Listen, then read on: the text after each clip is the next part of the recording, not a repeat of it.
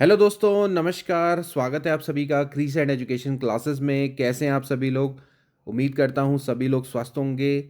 सबकी अच्छी तैयारी चल रही होगी। उत्तराखंड प्रवक्ता भर्ती की मई से आपके एग्ज़ाम दोस्तों स्टार्ट होने जा रहे हैं। कुछ सब्जेक्ट्स की एग्ज़ाम डेट आ चुकी है, कुछ सब्जेक्ट्स की आनी है, लेकिन समय यही है दोस्तों, अच्छे से प्रिपेयर करें।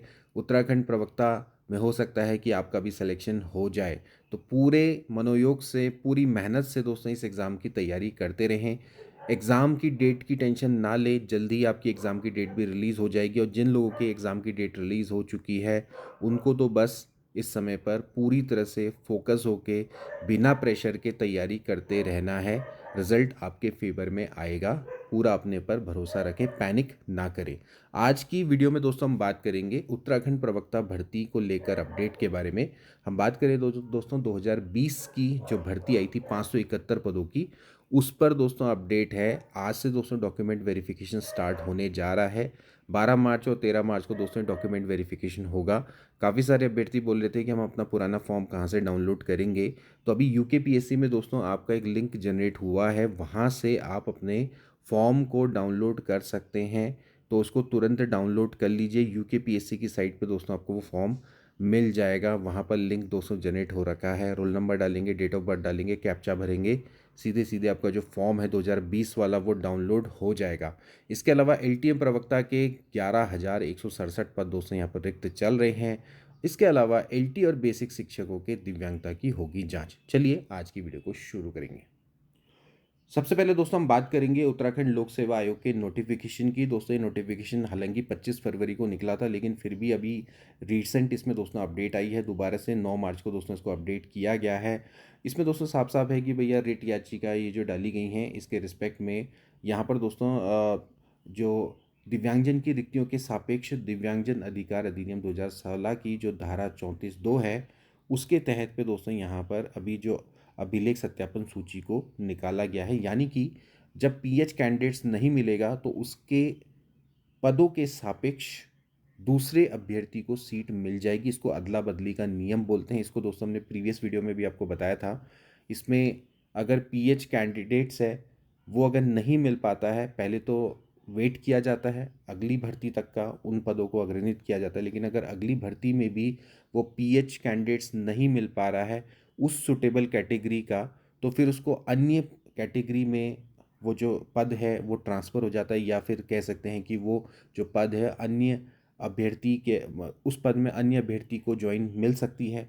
इसके अलावा अगर वो भी ना मिले तो फिर वो सामान्य अभ्यर्थी को उसकी जो सीट है वो मिल जाती है। ठीक है, तो ये दोस्तों ये नियम है। तो फिलहाल उसी के आधार पर यहाँ पर ये डॉक्यूमेंट वेरिफिकेशन लिस्ट दोस्तों निर्गत की गई है। इसको दोस्तों हमने लास्ट टाइम आपको बताया था 12 मार्च और 13 मार्च को डॉक्यूमेंट वेरिफिकेशन होना है, जो कि आज से है।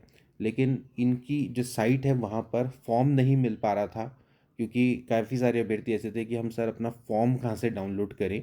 तो फॉर्म डाउनलोड करने के लिए आपको यूकेपीएससी इसी साइट पर दोस्तों जाना है। वहाँ पर एक लिंक खुल गया है। उस लिंक के माध्यम से दोस्तों आप अपने फॉर्म को डाउनलोड कर सकते हैं, क्योंकि डॉक्यूमेंट वेरिफिकेशन में आपको अपना आवेदन जो प्रपत्र है वो ज़रूर लेकर जाना है। यानी कि आपका जो फॉर्म भरा हुआ है उसको आपने ज़रूर लेकर जाना है। तो आज के लिए सभी को मेरी ओर से शुभकामनाएं।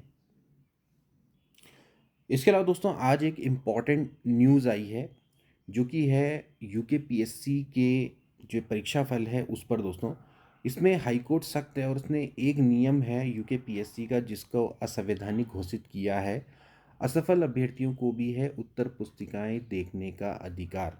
देखिए, हाई कोर्ट ने यूकेपीएससी को साफ साफ बोला है कि जो ये आपका नियम है वो असंवैधानिक है। कोई अगर अभ्यर्थी है वो अगर मान लेते हैं असफल हो जाता है किसी एग्ज़ाम में, तो आप उसकी उत्तर पुस्तिका उसको दिखाइए, क्योंकि हो सकता है कि मूल्यांकन में कोई त्रुटि हुई है। असल में नियम ये रहता है कि जब आप प्री क्वालिफाई करेंगे, मेंस क्वालिफाई कर देंगे, तो मेंस के बाद ही आप उत्तर पुस्तिकाएं देख सकते हैं। लेकिन कई बार क्या होता है कि अभ्यर्थी को डाउट रहता है कि क्या सही तरीके से उत्तर पुस्तिकाओं को चेक किया गया है या नहीं किया गया है। तो उनको अगर यूकेपीएससी के पास जाएंगे तो उनको साफ साफ बोल दिया जाता है कि भाई जब तक मुख्य परीक्षा का रिजल्ट घोषित नहीं हो जाएगा तब तक उत्तर पुस्तिकाएं नहीं देख सकते हैं। तो यही मामला था दोस्तों यहाँ पर जो आपकी एपीएस परीक्षा है उसको लेकर दोस्तों ये मामला था। तो इसमें कुछ अभ्यर्थी थे जो कि प्रीलिम्स में फ़ेल हो गए। तो उन लोगों को डाउट था कि उनका प्रीलिम्स अच्छा गया था, लेकिन उनको उत्तर पुस्तिकाएं देखने नहीं दी गई, क्योंकि जब तक मुख्य परीक्षा का रिज़ल्ट घोषित नहीं हो जाता तब तक प्रीलिम्स के रिज़ल्ट को शो नहीं किया जाता है, ऐसा कहना है यूकेपीएससी का। तो यहाँ पर दोस्तों यही चीज़ को अभी हाई कोर्ट के द्वारा असंवैधानिक दोस्तों घोषित किया गया है। अगर इस नियम में बदलाव होता है तो एक रिवॉल्यूशनरी चेंज होगा दोस्तों यहाँ पर। तो एक बार देख लेते हैं। हाईकोर्ट ने उत्तराखंड लोक सेवा आयोग की चयन परीक्षा संबंधी एक नियम को असंवैधानिक घोषित किया। इसमें कहा गया कि उत्तर पुस्तिकाओं का निरीक्षण केवल अंतिम परिणाम घोषित होने के बाद ही संभव होगा, और इसके तहत आयोग ने याचिकाकर्ताओं को प्रारंभिक परीक्षा की उत्तर पुस्तिकाएं देखने से इनकार कर दिया था।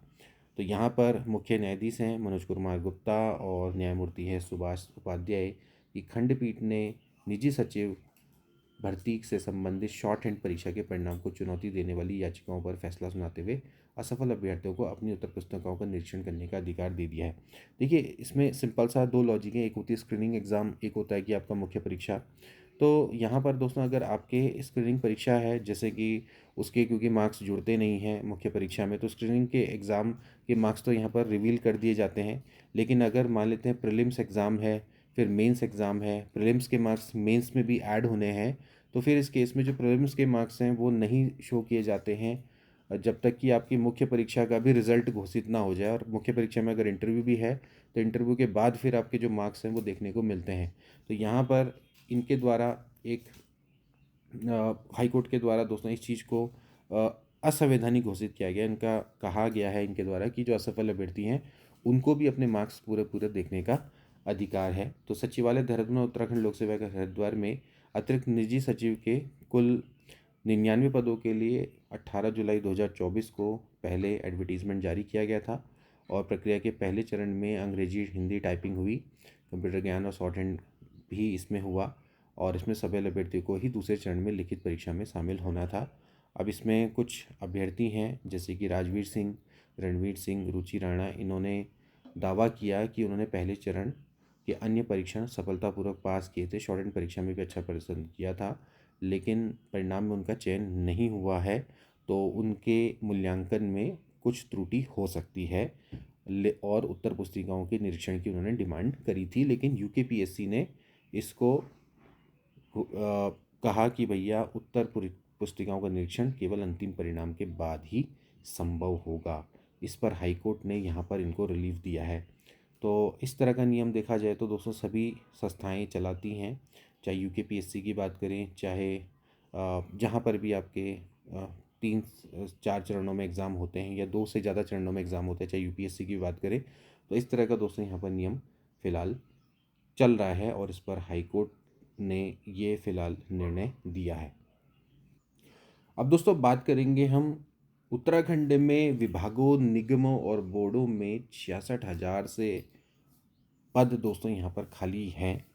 और इसमें दोस्तों अगर मैं बात करूँ माध्यमिक शिक्षा विभाग में, यानी कि जिसमें हमारे एलटीओ प्रवक्ता की दोस्तों बात होती है, तो वहाँ पर दोस्तों स्वीकृत पद हैं 38,053, जिसमें 26,886 पद भरे हुए हैं, जबकि इसमें 11,167 पद दोस्तों इस समय पर रिक्त चल रहे हैं।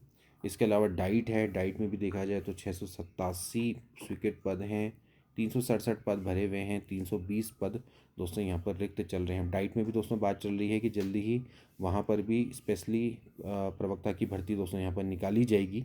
इसके अलावा देखिए प्राइमरी शिक्षक में मैं बात करूँ तो 43,633 पद हैं स्वीकृत, 31,000 पद भरे हुए हैं, 12,595 पद दोस्तों रिक्त चल रहे हैं। हायर शिक्षा, उच्च शिक्षा की बात की जाए तो 914 पद रिक्त चल रहे हैं, तकनीकी शिक्षा में 1249, चिकित्सा शिक्षा में 2,944। तो आप देख सकते हैं कि दोस्तों यहाँ पर शिक्षा विभाग में इतने पद दोस्तों यहाँ पर रिक्त चल रहे हैं। और एलटीओ प्रवक्ता की दोस्तों बात करें जो कि माध्यमिक शिक्षा में जाकर भरे जाते हैं, तो 11,167 पद दोस्तों यहाँ पर फिलहाल रिक्त चल रहे हैं। ये पूरा दोस्तों यहाँ पर आंकड़ा निकल के आया है कि किस विभाग में कितने पद वर्तमान में रिक्त चल रहे हैं।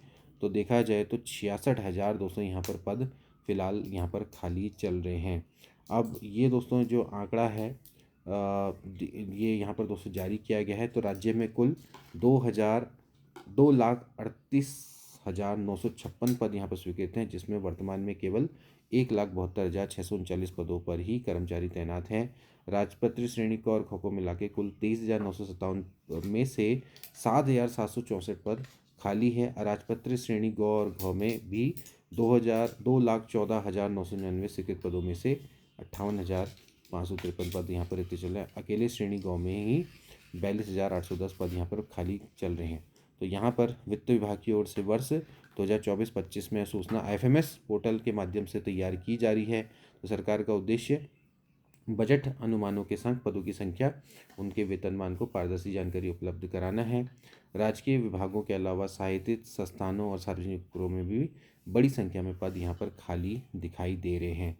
तो 25,067 स्वीकृत पदों के सापेक्ष यहाँ पर 10,509 पद यहाँ पर रिक्त हैं, जो कि कुल पदों का 40% है। तो इतने संख्या में दोस्तों यहाँ पर पद खाली चल रहे हैं और सरकार है कि फ़िलहाल माध्यमिक शिक्षा में भर्ती निकाल नहीं रही है टाइमली, तो इनको समय से भरा जाना आवश्यक है, क्योंकि वर्तमान में उत्तराखंड के युवा हैं जो कि काफ़ी समय से तैयारी कर रहे हैं, LT की तैयारी कर रहे हैं, प्रवक्ता की तैयारी कर रहे हैं। तो उनके लिए यहाँ पर इन पदों पर भर्ती की जानी अति आवश्यक है। इसी से ही शिक्षा का सुदृढ़ीकरण पॉसिबल हो पाएगा, क्योंकि अगर शिक्षक ही नहीं रहेंगे तो फिर कैसे आप यहाँ पर शिक्षा का को सुदृढ़ीकरण या विद्यालयों का जो सुदृढ़ीकरण है वो कर पाएंगे। तो यहाँ पर इन रिक्त पदों को भरना अति आवश्यक है। इसके बाद दोस्तों नेक्स्ट न्यूज़ है, LT और बेसिक शिक्षकों की भी होगी दिव्यांगता की जांच। दोस्तों इस समय पर काफ़ी बड़ा फर्जीवाड़ा निकल कर आ रहा है प्रवक्ता भर्ती में भी और प्लस LT और बेसिक शिक्षकों में। ये फर्जीवाड़ा दोस्तों है फिजिकली हैंडीकैप का। तो इस समय पर दोस्तों 234 प्रवक्ता ऐसे हैं जिनकी एम्स में दोस्तों यहाँ पर जांच हो रही है। उनकी फिजिकली हैंडीकैप मतलब यानी कि उनकी दिव्यांगता की दोस्तों यहाँ पर जांच हो रही है कि फिजिकली हैंडीकैप हैं भी या नहीं है। तो ये भी दोस्तों एक बहुत बड़ा फर्जीवाड़ा समय पर चल रहा है दिव्यांगता को लेकर। तो शिक्षा विभाग में दिव्यांग कोटे से भर्ती शिक्षकों की जाँच होगी। सभी शिक्षकों की जांच होने वाली। प्रवक्ता पद पर तैनात ऐसे शिक्षकों के लिए निदेशालय स्तर से शेड्यूल भी जारी किया गया है, जबकि LT और बेसिक शिक्षकों के लिए भी शेड्यूल तय किया जा रहा है। हाईकोर्ट में एक जनहित याचिका में दिव्यांग कोटे के दुरुपयोग का मामला यहाँ पर विचाराधीन है। माध्यमिक शिक्षा निदेशक डॉक्टर मुकुल कुमार सती की ओर से ऐसे 234 प्रवक्ता पद पर तैनात शिक्षकों के लिए शेड्यूल भी जारी किया गया है, जो कि ऋषिकेश एम्स में मेडिकल जांच के लिए जाएंगे। इनके लिए 12, 14 और 28 मार्च के साथ ही 2 अप्रैल को एम्स में मेडिकल बोर्ड बैठेगा।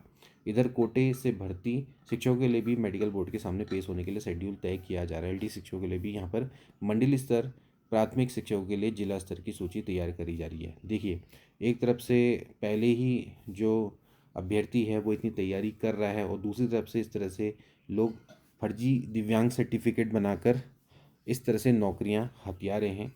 और यहाँ पर अभी देखिए 234 प्रवक्ता पद हैं जिन पर संदेह हो सकता है और उनकी मेडिकल जांच यहाँ पर की जा रही है एम्स के द्वारा। तो कई सारे इस समय पर सरकारी नौकरी पाने के लिए काफ़ी अभ्यर्थी उल्टे सीधे कामों को यहाँ पर अंजाम दे रहे हैं और फिजिकली हैंडीकैप का जो दुरुपयोग है वो यहाँ पर कर रहे हैं। तो दोस्तों आज के लिए इतना ही, मिलेंगे नेक्स्ट वीडियो में, तब तक के लिए take care and good bye.